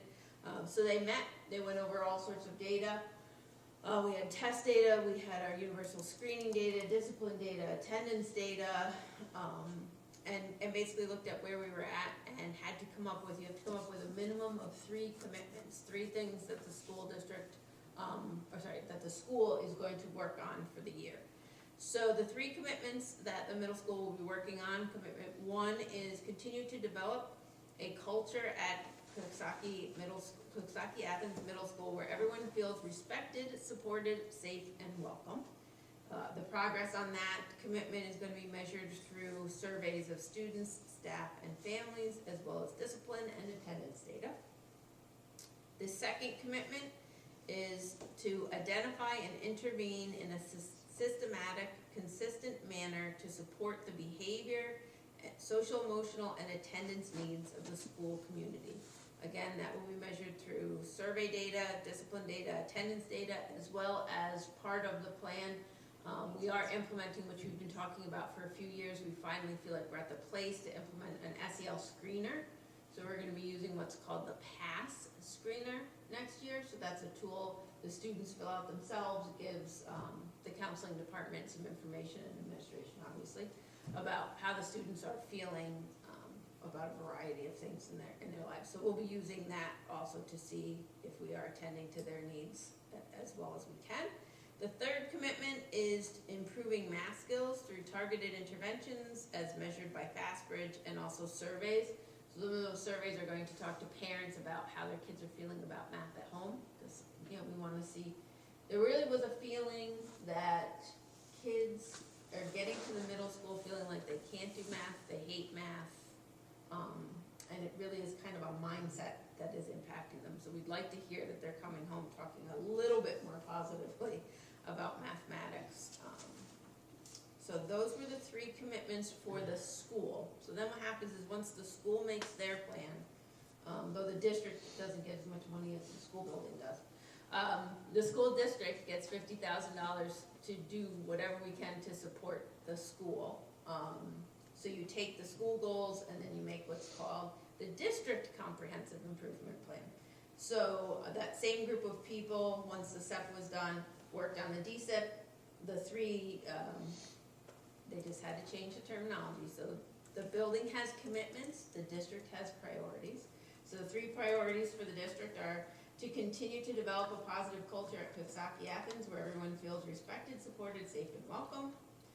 Number 2, identifying and intervening in a systemic and consistent manner to support the behavioral, social, emotional, and attendance needs of the school community. Education, again, in a sense that they're very similar. Number 3 is improving student math skills through targeted interventions.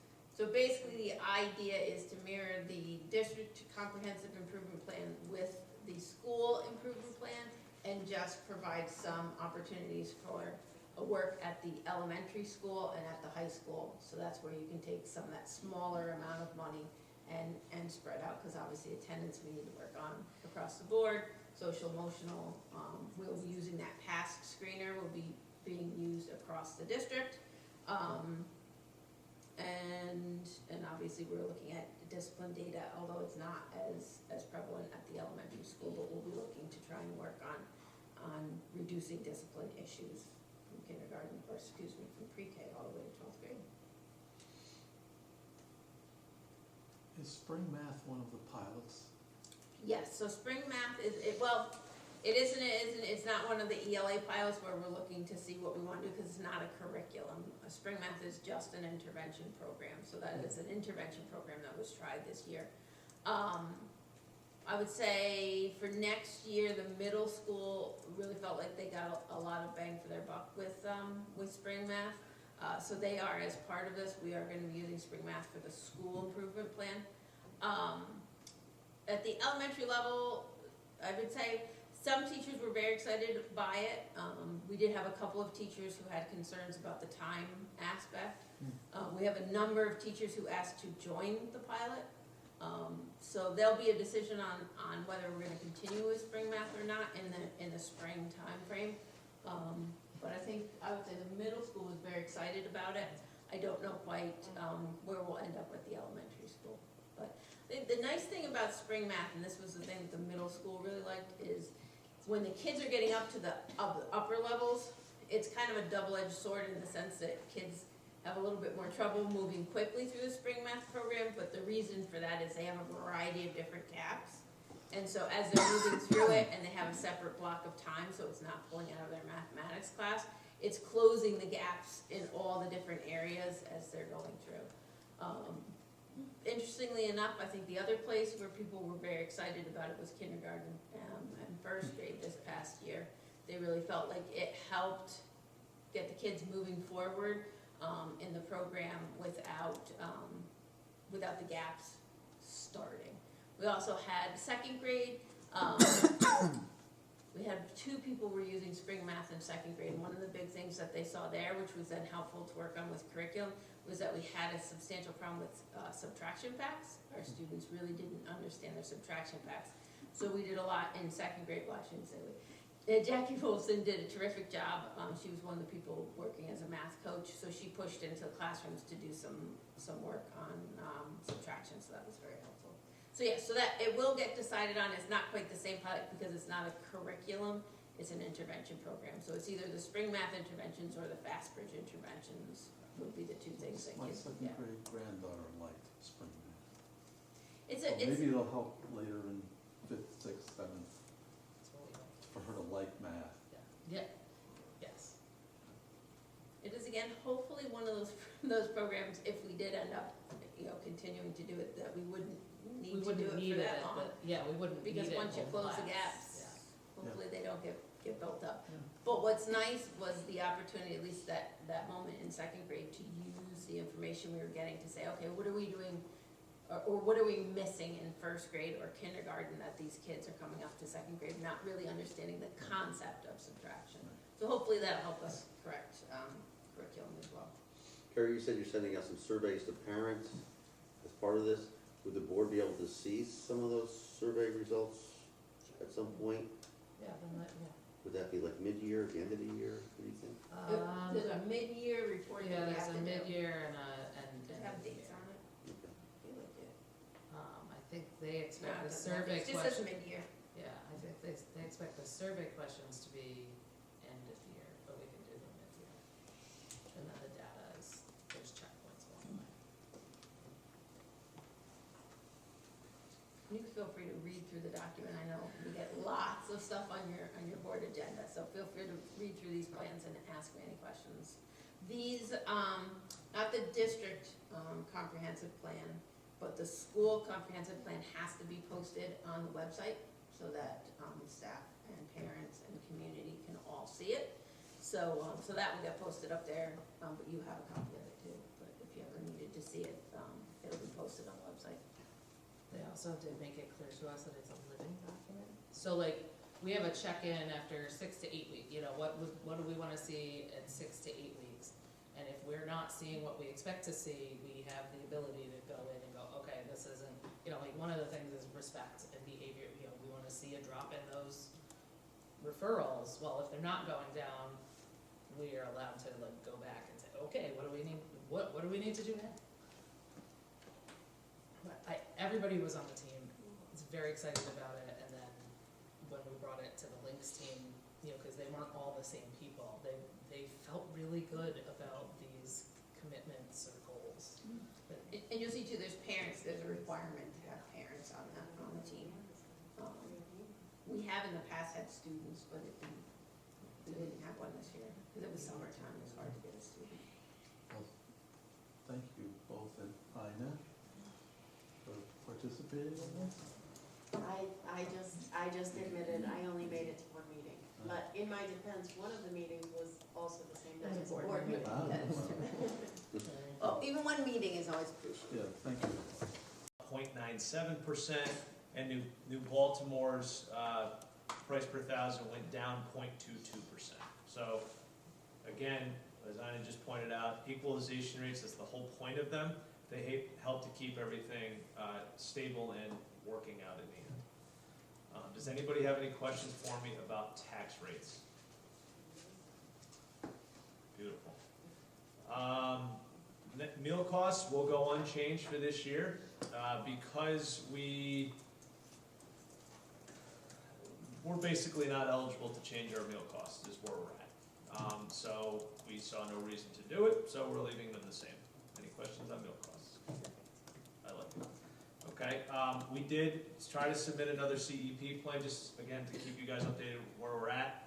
We are at 30.52% for CEP.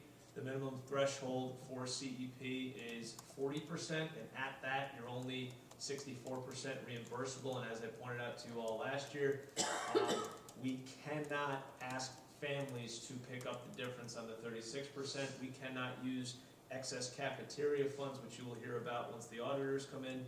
We cannot use that to pay for that. We have to use general fund money. So what we're hoping is, and Randy pointed out earlier, is CEP lowers that threshold to 25%. We still will only be a portion reimbursable, but New York will supplement the other piece of it. New York will only supplement portions of CEP, not an entire load like we have here, because we're not CEP eligible. So I hope that helps in a nutshell. If you have any questions, by all means ask or shoot me an email later. Mike and Eric voluntarily put together this midsummer facilities update. Just thought it would be helpful to you guys, so I want to share it along to you. As you guys point out in your good news, a huge thank you to our custodial staff for doing a great job this summer. They continue to impress. The summer help has been another big help. I've gotten great feedback on all of them this year, so a big thank you to them. I'm not going to read through the entire list. I do want to just highlight a couple of things because I know they've been hot topics over the past year. The pre-K playground was delivered this morning to EJA. Yay! The DLC Electric came and supposedly fixed the 3 lights that were out this morning. We'll verify that on the way out. The 3 doors down at EJA were all wired for key card access. The door nearest the garden out back, the door on the back side of the gymnasium, the door, the double door outside of the cafeteria. I think they were doors 3, 5, and 10 if my memory serves. The key card is working outside of the garden area. The other 2, they're just wired for now because those doors are actually going to be the replacements for the capital outlay project for 23-24. So they didn't want to install them, have them ripped apart while the door is being installed, and then have to reinstall them. So we just had them wired for now. We'll add those on at the end. Adirondack Cabling did the work for us. They'll work with Kelly Brothers, who's doing our doors, to coordinate that effort. On this campus, we had door, oh God, I'm going to screw this up, 37, 39, and 44. The one that goes out by the butterfly garden is wired and working. The door 39 on the backside of the CE gym and the one in the cafeteria door are wired, but not hooked up yet for the same reasons. Kelly Brothers is coming in at the end of it.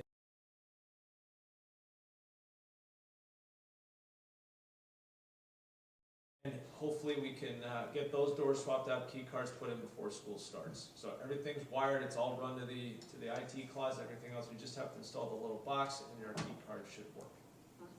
Fingers crossed, because I'm tired of working with them. Does anybody have any questions for me about any other facility things that it may have not gotten to? The playground, is that, Sure. you say it came today? It was delivered today. We're looking at an install, I think Mike said either starting tomorrow, but probably in the next week with the demo and install. Did somebody do that for us? Or Yep. Our staff down there are going to assist in the demo, I believe. And We'll bring the swing sets to Ina's house. the Just part that, did we clean out that other part yet? The what? Where all the little tykes, you know? Yeah, so that area got cleaned out, and ultimately, and I think we brought up at our last board meeting, actually, that's gonna be an extension of the garden that's on the backside Oh, of yes, the you wall that said that, divides. yes. Yeah, we're gonna backfill with some pea stone, just so it's not underwater. Yep. Any other questions? All right, and lastly, I just wanted to give a shout out to eight of our wrestlers there, who, there's a picture in there, for you guys all. We had 8 of our kids go and volunteer, thank you for driving, Cole. Volunteer at the early morning, last Thursday, we could go today, actually. We do this annually, I think this is the 4th or 5th year we've done it. It started off with, hey, can you get some volunteers for us to help out, to, we wanna do this, we wanna do this, we wanna do this. So, my brother-in-law runs a charity that helps raise money to help the Melody Center and kids fighting life-threatening illnesses, and annually they put on a golf tournament. At the golf tournament, there's games, there's work to be done, everything else. My brother-in-law reached out to me 3 days after the fact, said our kids were early and got right to work and started helping. I would expect nothing less of them, they're awesome. And he was very happy about that. They raised $27,000 at this event, and our kids were a huge help. And the one little fella there won a Bernard King signed jersey from the New York Knicks. And if you ask Nicole's son, he knew his height, his weight, every stat about him. I just sat there and I verified half of it too, though. He was right. So, very cool event. The kids love it every year. They usually get one of the former Make-A-Wish children come up and kind of share their story and everything else. Very moving, but it was fun. And I'm still terrible at golf. God awful at golf. So. Where they play? Van Patten Golf Course up in Clifton Park. It's really nice. Yeah, people like me. Nice picture. It's for a tournament. So, any questions for me on anything else in the business matter section of the agenda?